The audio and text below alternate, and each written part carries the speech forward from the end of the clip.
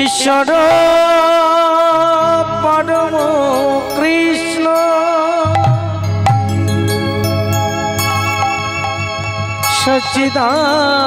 সচ্চিদানন্দ বিগ্রহ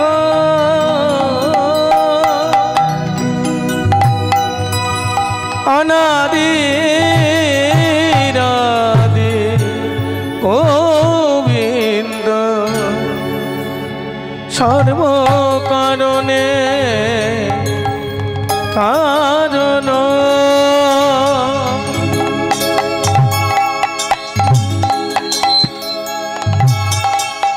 গোবিন্দ হরে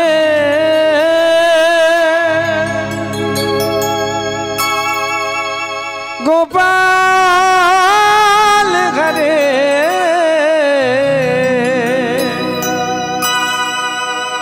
কেশব মাধব শ্যাম হরে কেশব মাধব শ্যাম হরে গোবিন্দ হরে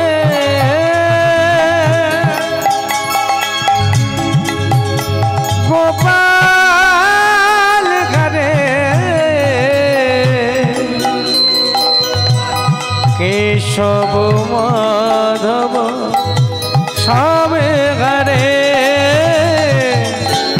কেশব মাধব শ্যাম হরে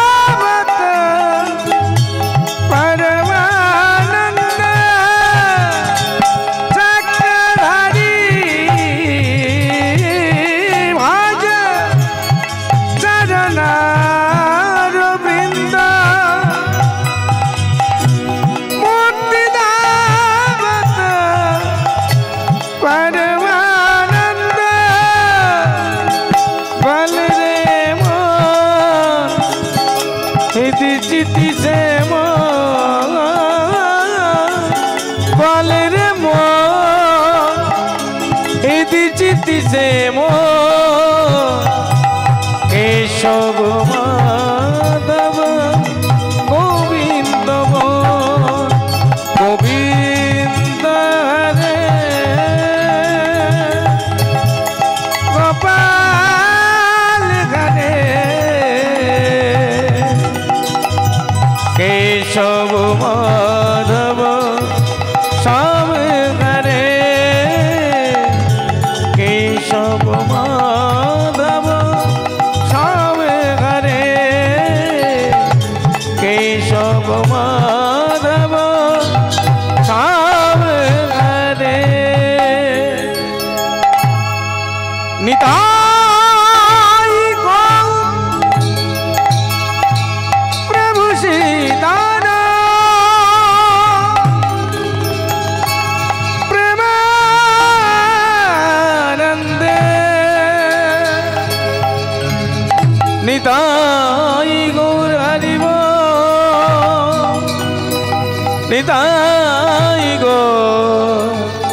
हरि हरि बोल, हरि हरि बोल, हरि हरि बोल।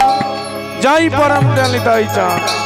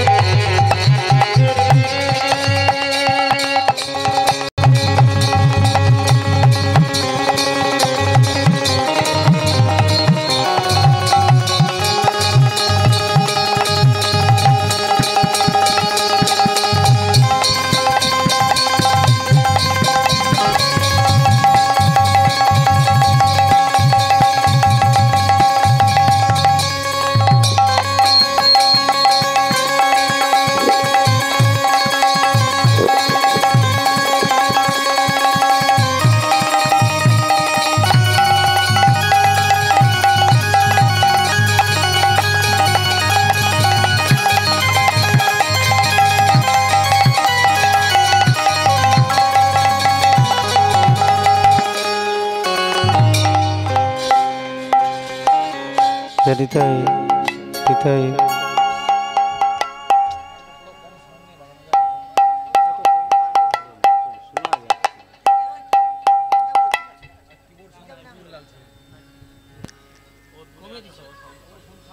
জনিতাই নিতাই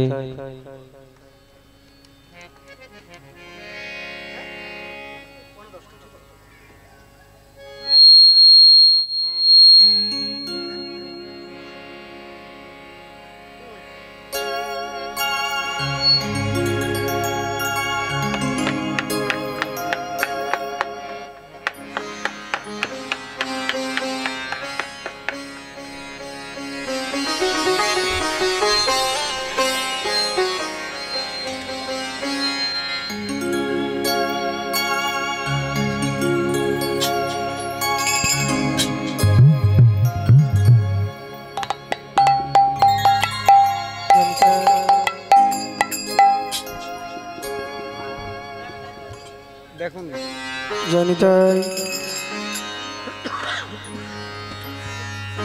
জয়নিতাই জয়নিতাই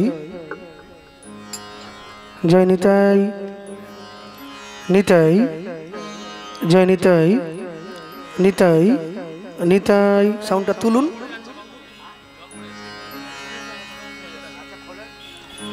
জয়নিতাই নিতাই ডেপটা বাড়ান জয়নিতাই নিতাই জয়নিতাই নিতাই টোনটা কমিয়ে দেন জয়নিতাই নিতাই প্রেশারটা বাড়বে জয়নিতাই জয়নিতাই জয়নিতাই হ্যালো হ্যালো জয়নিতাই জয়নিতাই জয়নিতাই নিতাই জয়নিতাই জয়নিতাই জয়নিতাই একটু বেস করুন সাউন্ডটা অল্প বেস জয়নিতাই জয়নিতাই নিতাই জয়নিতাই প্রেশারটা বাড়াতে হবে জয়নিতাই জয়নিতাই হ্যালো হ্যালো হ্যালো না আরও ডেপটা বাড়াতে হবে একদম ছোটো করে দেন দুদিকে দেন মাসায় আছে জয়নিতাই জয়নিতাই নিতাই জয়নিতাই জয়নিতাই নিতাই জয়নিতাই রিভাব দিয়ে দেন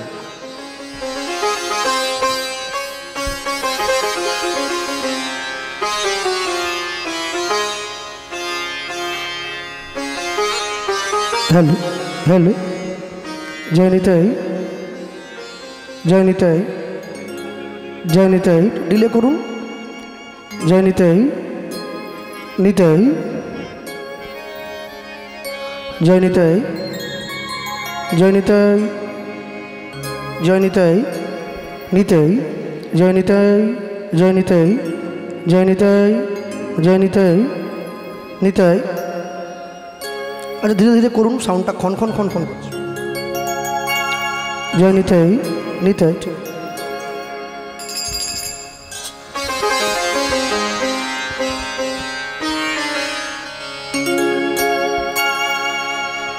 উজ্জ্বল বরণ গৌর বরদ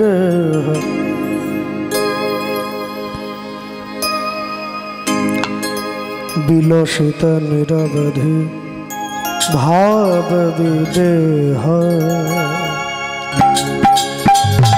উজ্জ্বল বরণ গৌর বরদেহ বিলসিত নিরবধি ভাব বিদেহ উজ্জ্বল বরণ গৌর বরদেহ বিলসিত নিরবধি ভাব বিদেহ উজ্জ্বল বরণ হ্যালো হ্যালো গৌর বরদেহ বিলসিত হ্যালো, হ্যালো। নিরবধি ভাব বিদেহ ত্রিভুবন পাবন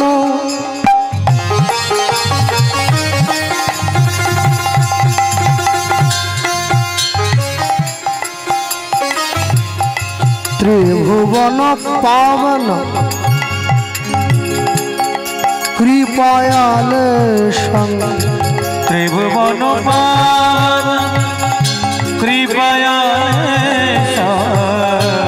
त्रिभुवन पावन कृपयालेशं त्रिभुवन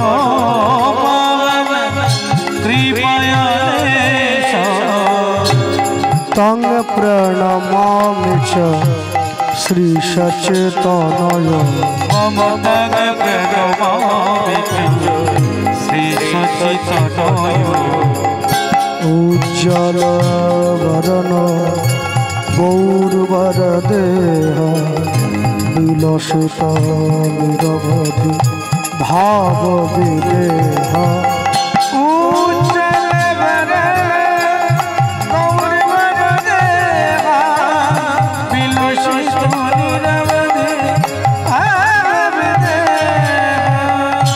গদ গদ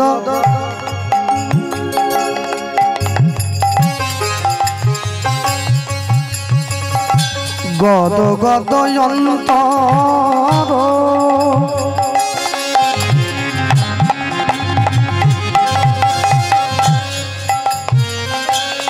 গদ গদ অন্তর ভাব বিকার गद গদয়ন্তর भावे গদয়ন্তর ভাব বিকার भावे দুর্জন তর জন নাদ मधुर तार नाद मन दूर जन तर जन नाद विशाल मधुर नाद भव भय भंजन कारण करुणा भवय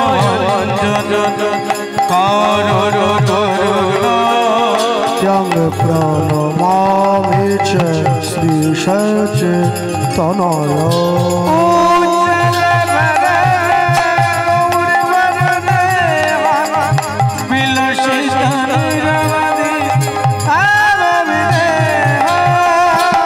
उज्ज्वल वरण गौरवर देह विलसित निरवधि भाव विदेह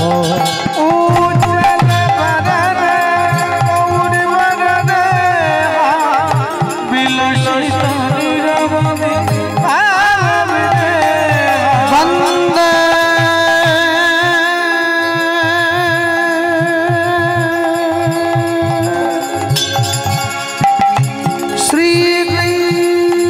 श्रीकृष्ण चैतन्य नित्यानन्द सहदित गौरगाय पुष्पवन्तौ चित्रौ छन्दौ तमनोगौ आजानुलम्बितभुजौ कनकावदातौ संकीर्तनैक्यपीतरौ कमलावतक्षौ विश्वम्भरौ दीयवारौ जुगो धर्मपालौ वन्दे जगत प्रियकरौ करुणावतरौ मूकं करते वाचालं पङ्गुं लङ्घयते यत् कृपातमहं वन्दे परमानन्दमाधवं वञ्चाकल्पतरुश्च कृपासिन्धुभ्यः एव च पतितानां पावनेभ्यो সাধু গুরু বৈষ্ণব চরণেভ্যো নমো নমো নমো নমো নমো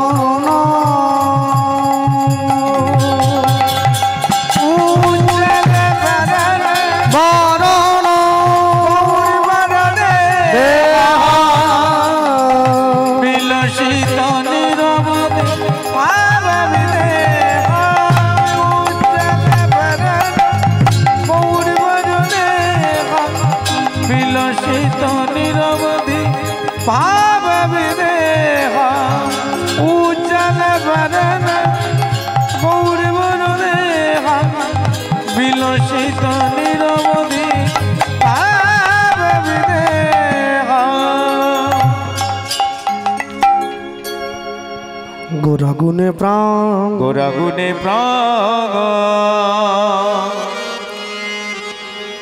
हो हे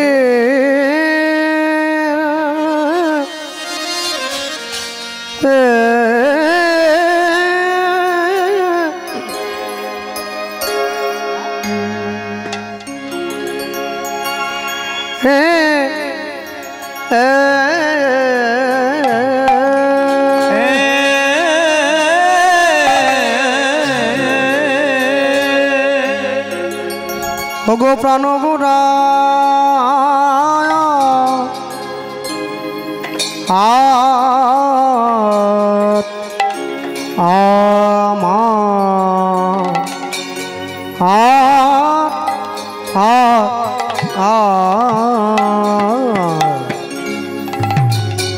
की बुद्धि करिब अहमरी मरी कोथाय पाबो गौर हरि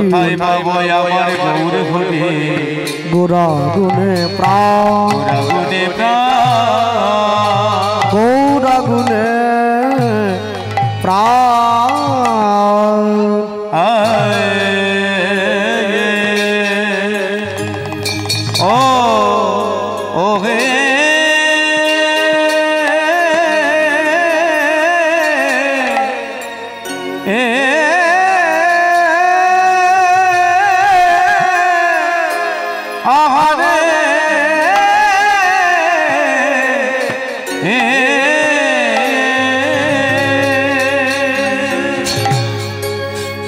सजनी आमी कोथाय गेले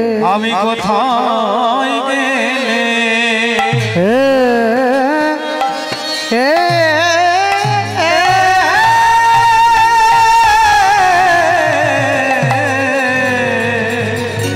अगो कोथा गेले गो पा आवो अहमरी गोरा गुने प्राण मरी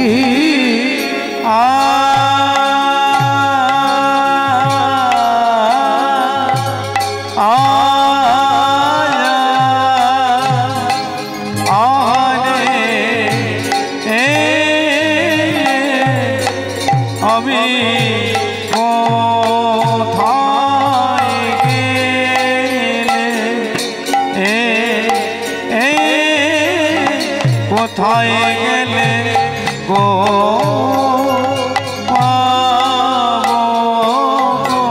आहामरी गोरा गुने प्राण कादे मरी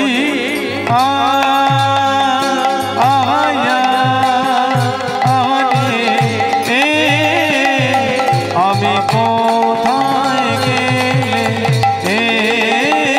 কোথায় গেলে গো गोरा गुने प्राण कादे मरी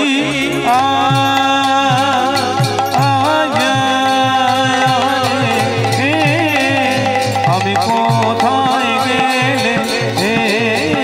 কোথায় গেলে গো আহামরি গোরা গুনে প্রাণ কাদে মরি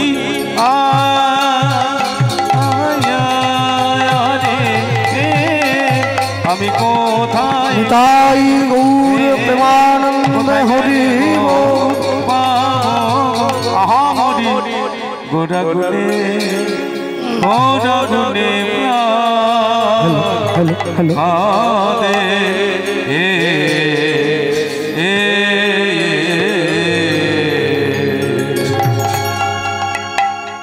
জয় নিতাই বসো आनंद लीलामय विग्रहाय हे माभय दिव्य छवि सुंदराय तस्मै महाप्रेम रस प्रदाय चैतन्य चंद्राय नमो नमस्ते चैतन्य चंद्र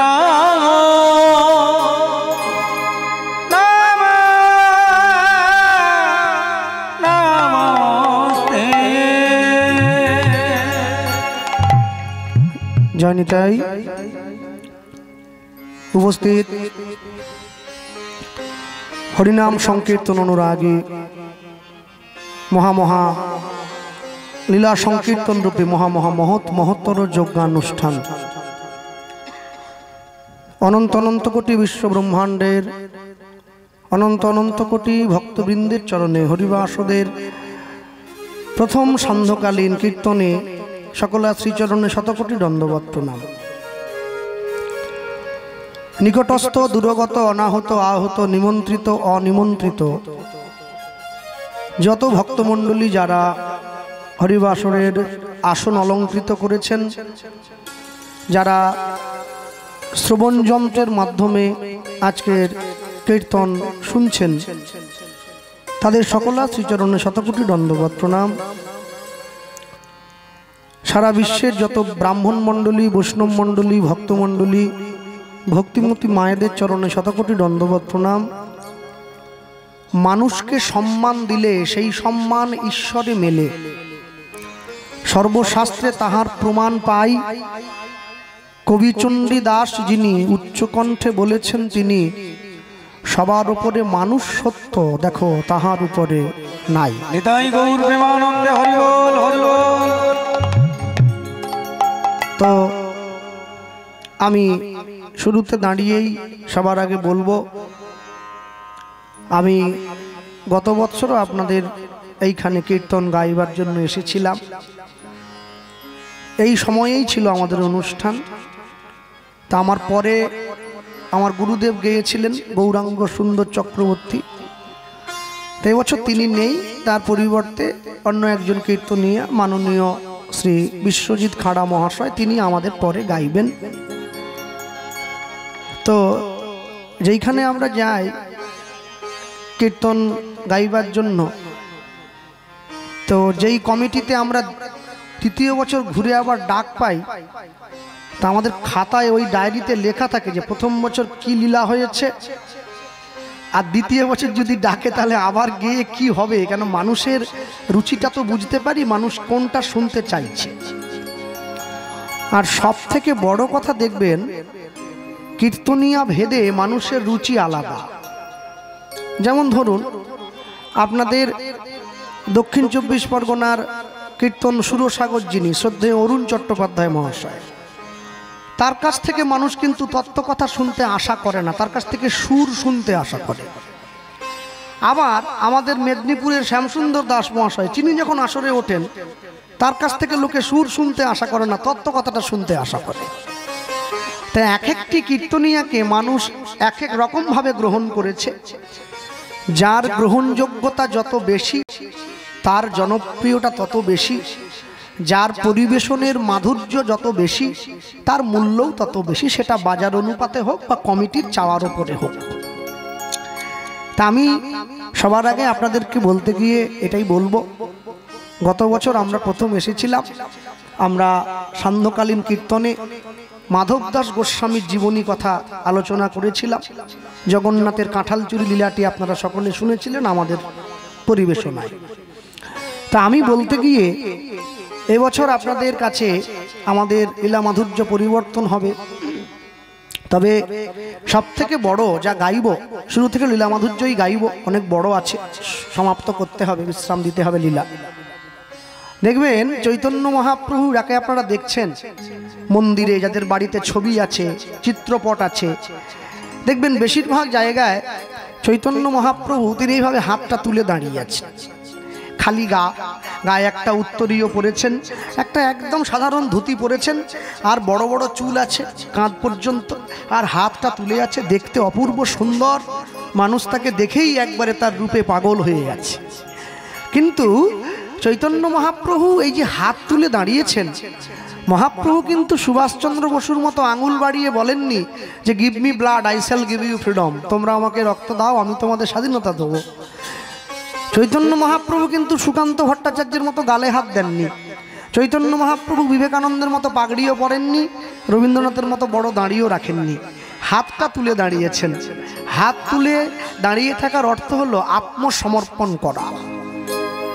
এলাকায় যদি 144 ধারা জারি হয়, হাত তুলে যেতে হবে, পুলিশ বুঝবে, প্রশাসনের লোক বুঝবে যে আপনি আত্মসমর্পণ করেছেন আইনের কাছে, আর যদি আপনি হাত নামিয়ে যান তাহলে আপনাকে গুলি করে দেওয়া হবে, এরা বুঝবে এই আইনের কাছে মাথা নত করে নাই। তাহলে যে চৈতন্য মহাপ্রভু সারা বিশ্ব জগতের ভগবান, গোটা বিশ্বে 174টা দেশে হরিনাম সংকীর্তন হচ্ছে, মায়াপুর আমেরিকার থেকে ইস্কন নামক সংস্থা গড়ে তুলেছে, গোটা বিশ্বের ভগবান যে, সে কিনা আত্মসমর্পণ করছে হাত তুলে? না, সে হাত তুলে আত্মসমর্পণ করেনি, সে আমাদেরকে শিক্ষা দিচ্ছে তোমরা আত্মসমর্পণ করো। আমি এসেই বড় ব্যথা পেলাম, আজকে যাদের বাড়িতে রয়েছি আমি শুনলাম করমণ্ডল দুর্ঘটনায় তাদের বাড়ির একটি ছেলে প্রাণ হারিয়েছে, এই গ্রামের আরও কিছু ছেলে তারাও প্রাণ হারিয়েছে, একটি ছেলেকে খুঁজে পাওয়া যায়নি। যারা ইউটিউবে আমার কীর্তন শোনেন, করমণ্ডল দুর্ঘটনা নিয়ে আমি কিছু কথা বলেছিলাম, সেটি বেশ জনপ্রিয়, মনে রাখবেন। জন্মিলে মরিতে হবে, অমরকে কথা কবে। আমরা সবসময় বলি দেখো ওইটুকু ছোট ছেলে, ওর তো কোনো দোষ নেই, ও যদি একটা কাঁচের গ্লাস ভাঙে তাহলে মা ওকে মারছে কেন? ও তো না বুঝে অন্যায় করেছে। না, মনে রাখবেন, আগুনে কেউ যদি হাত দেয়, সে ছোট হোক চাই বড়, আগুন কিন্তু তাকে ক্ষমা করবে না যে তুমি ছোট বলে তোমার হাতটা আমি পোড়াবো না। আগুনে হাত দিলে হাত পুড়ে যাবে, মনে রাখবে। আমরা কলিকালের মানুষ তো, আমরা জানতে হোক অজান্তে হোক, নিজের জ্ঞানে হোক অজ্ঞানে হোক, আমাদের অপরাধের বোঝাটা আমরা এমনভাবে বাড়িয়ে চলেছি, যত দিন যাচ্ছে আজকে বিশ্ব প্রকৃতি আমাদের কাছে বিরূপ হয়ে যাচ্ছে, সে আর সহ্য করতে পারছে না আমাদের এই অন্যায়, যার জন্য প্রকৃতিকে নিষ্ঠুর হতে হচ্ছে একটু একটু করে। আর প্রকৃতির নিষ্ঠুরতা, প্রকৃতির এই যে কঠোর রূপ, এই কঠোর রূপের ফল ভুগতে হয় আমার আপনার বাড়ি ছোট ছোট ছেলে মেয়েদের, যাদের মধ্যে এখনো কোনো অন্যায় বোধ জন্মায় নাই। যখন আগেকার দিনে দেখতেন জাঁতায় ডাল পেশা হতো, হ্যাঁ, জাঁতায় যখন মায়েরা ডাল পিসতো ছোটকালে আমরা দেখেছি, কোনো ডাল বাদ যেত না, সবাইকে পেশা হতো, সবগুলো ডালকে মাড়াই করে দেওয়া হতো। তাহলে বাদ থেকে যেত কোনটা জানেন? ওই জাঁতার গোড়ায় যে একটা লাঠি থাকতো, ওই লাঠির গোড়ায় যে ডালগুলো থাকতো ওইগুলো কিন্তু পেশা হতো না, কারণ ওইগুলো একদম জাঁতার লাঠিটাকে আশ্রয় করে আছে। সবাই মারা যাবে, পৃথিবীতে কেউ বেঁচে থাকবে না, আমিও মারা যাব, আপনিও মারা যাবেন, এরাও মারা যাবে, কিন্তু তফাৎ কি জানেন? একজনা মারা যাবে, সে ভগবানের নাম নিতে নিতে তার চরণে যাবে, এটাও একটা মৃত্যু। আর আরেকজনা মারা যাবে, তার মারা যাওয়ার সময় হয়নি কিন্তু তাকে চলে যেতে হচ্ছে পৃথিবীর মাটি থেকে, এটাও একটা মৃত্যু। এটা বেশি কষ্ট দেয়। 100 বছরের লোক যদি মারা যায়, বাড়ির লোকের যে কষ্ট হয়, একটা 16 বছরের ছেলে মারা গেলে কষ্টটা দ্বিগুণ হয়। কেন? ওর মারা যাওয়ার কথা ছিল না কিন্তু মারা গেল।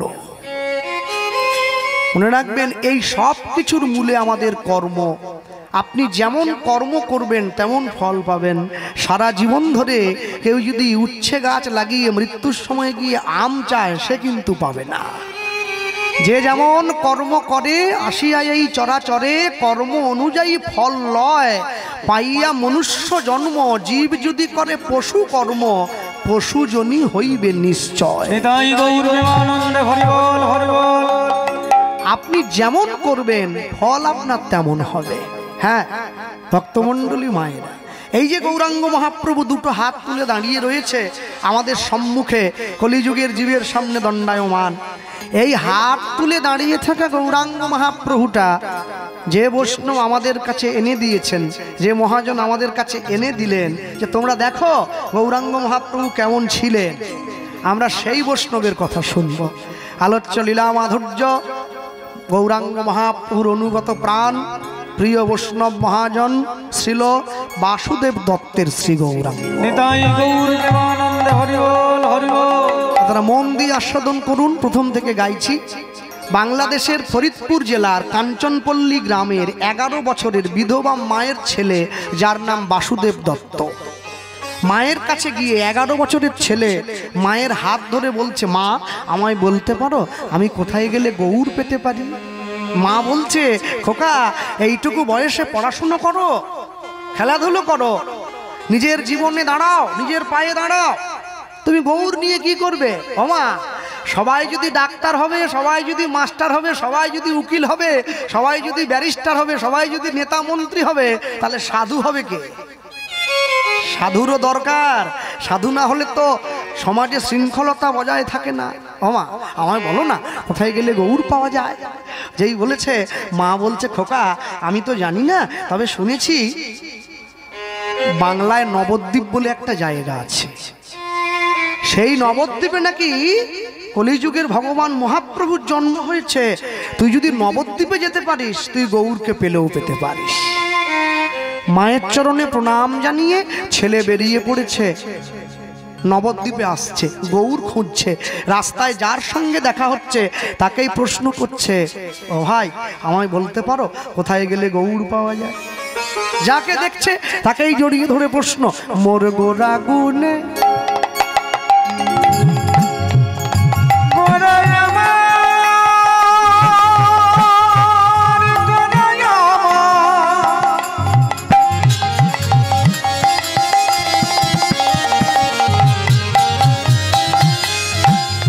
গোরায় আমার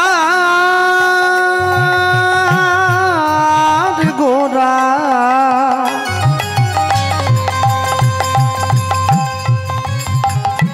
আমার আমার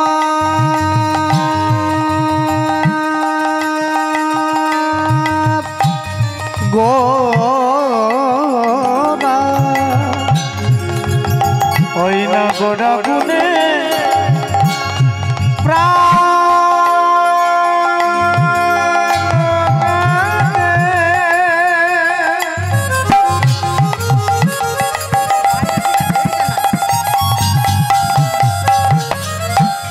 তোমরা বলে দাও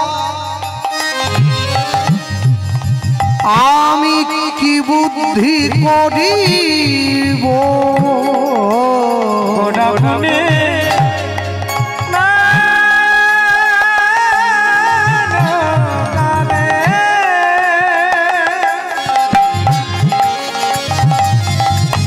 নিতাই গৌর হরি বল। আমি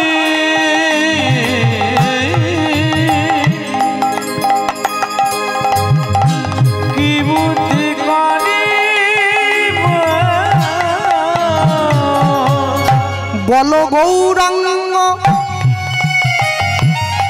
গুণের নিধি আমি কোথায় গেলে পাবো? ওই না গৌরা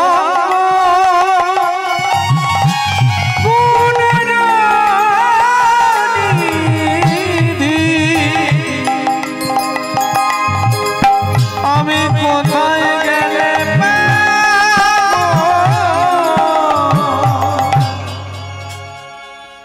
কারোর যদি দাঁতের যন্ত্রণা হয় তাকে দাঁতের ডাক্তারের কাছে যেতে হয়, চোখের ডাক্তারের কাছে গেলে দাঁতের ব্যথা ভালো হয় না। কারো যদি বাড়িতে মুদিখানার জিনিস না থাকে তাকে মুদিখানার দোকানে যেতে হবে, সবজির দোকানে গেলে মুদিখানার জিনিস পাওয়া যাবে না। কেউ যদি ভগবানের সঙ্গে দেখা করতে চায় তাকে ভক্তের কাছে যেতে হবে, অভক্তের কাছে গেলে কোনোদিন ভগবানের সঙ্গে দেখা পাওয়া যায় না। মনে রাখবেন, মানুষ পয়সা দিয়ে অনেক বড় একটা বাড়ি তৈরি করতে পারে, কোনোদিন শান্তি কিনতে পারবে না। পয়সা দিয়ে বাজার থেকে অনেক দামি বই কিনে আনা যায়, পয়সা দিয়ে কোনোদিনও বিদ্যা কিনতে পাওয়া যায় না। পয়সা দিয়ে বাজার থেকে অনেক দামি দামি সোনার গহনা কিনে আনা যায়, পয়সা দিয়ে কোনোদিনও দৈহিক সৌন্দর্য কিনতে পাওয়া যায় না। পয়সা দিয়ে বাজার থেকে অনেক দামি পালঙ্ক কিনে আনা যায়, কিন্তু পয়সা দিয়ে কোনোদিনও ঘুম কিনতে পাওয়া যাবে না। আর পয়সা দিয়ে ভালো ভালো পোশাক কিনে পরে মানুষ সাজার অভিনয় করা যায়, মনুষ্যত্ব কোনোদিন কিনতে পাওয়া যায় না, ওটা অর্জন করে নিতে হয়। নিতাই গৌর প্রেমানন্দে হরি বল হরি বল। এতক্ষণ পর্যন্ত যাদেরকে বলছে এরা কেউ গৌরাঙ্গকে চেনে না, সকলে অভক্ত। এ বলে জানি না, ও বলে চিনি না, ও বলে নাম শুনিনি কোনোদিন। আর এই বলতে বলতে 1 2 3 4 5 করে করে হঠাৎ করে ভক্তের সঙ্গে দেখা হয়ে গেছে। কেন? যে খাবে চিনি তাকে যোগায় চিন্তামণি।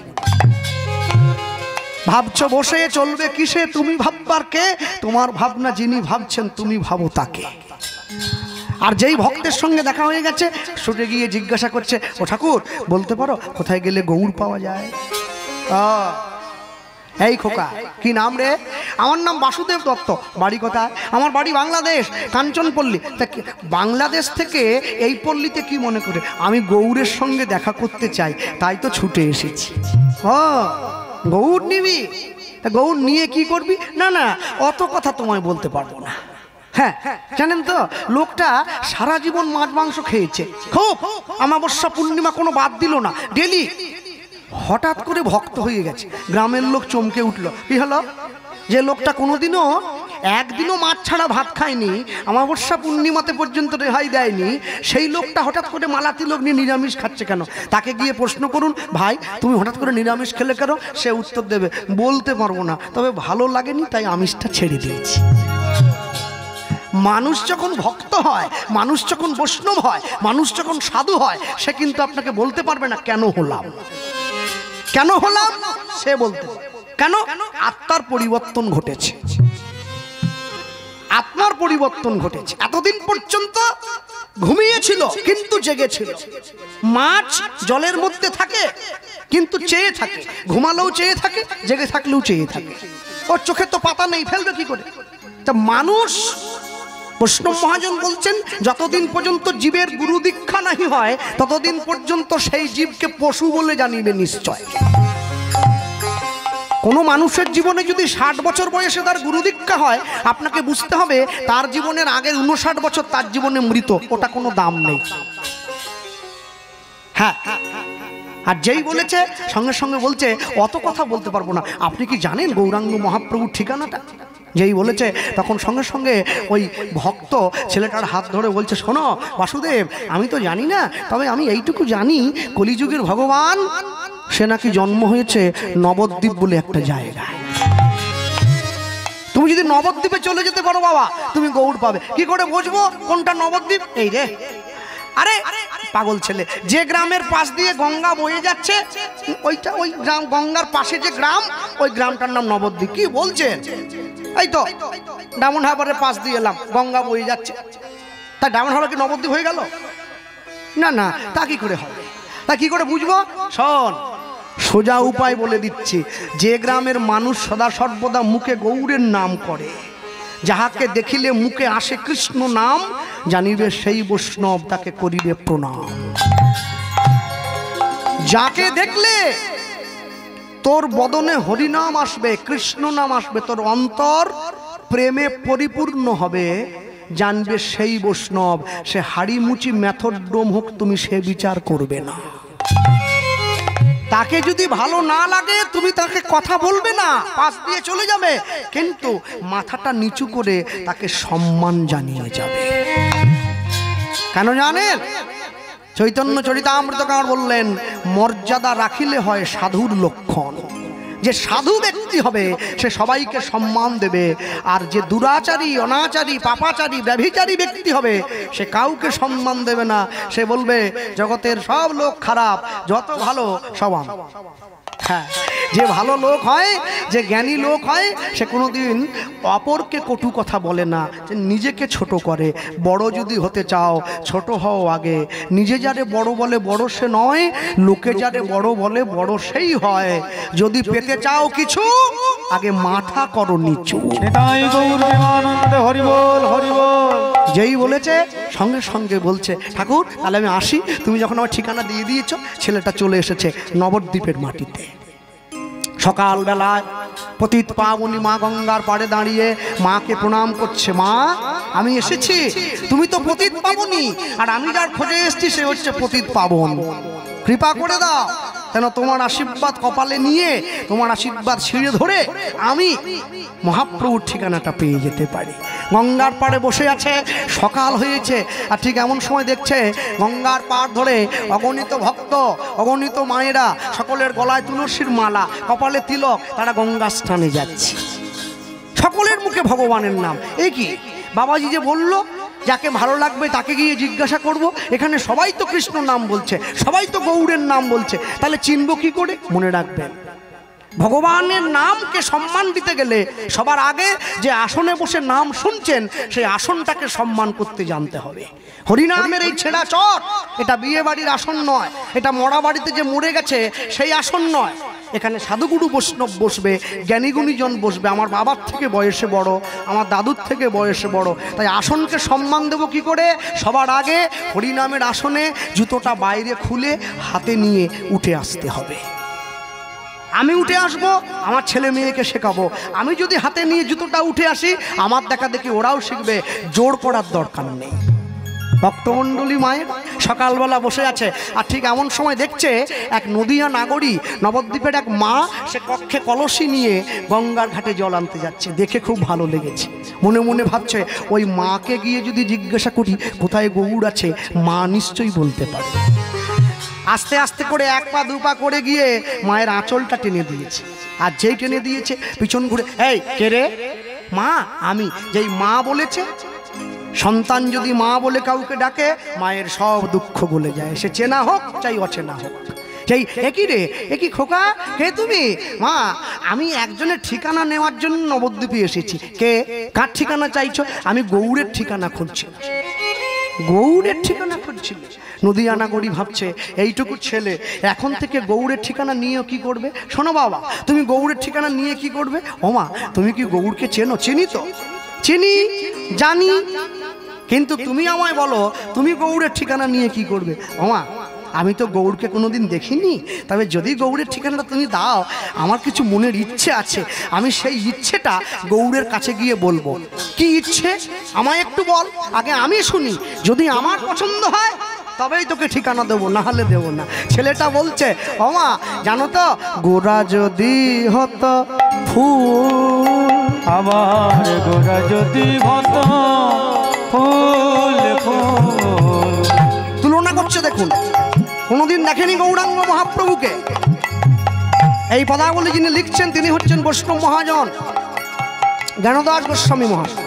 তিনি লিখছেন, আমি তো কোনোদিন গৌরাঙ্গকে দেখিনি, যদি গৌরাঙ্গ ফুল হয়, ফুল গোরা যদি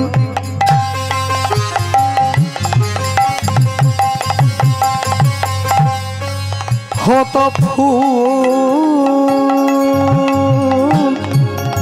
আমার গোরা যদি হতো ফুল ফুল। কি করতাম জানো? আমি যত্ন করিয়া আমার খোপাতে বাঁধিতাম, আমি যত্ন করিয়া, আমি যত্ন করিয়া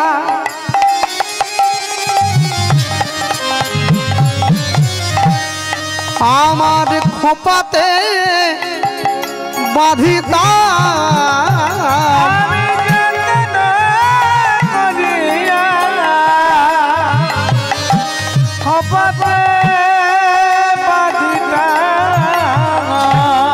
আমার কানেতে দুলিত দুল, যত্ন করিয়া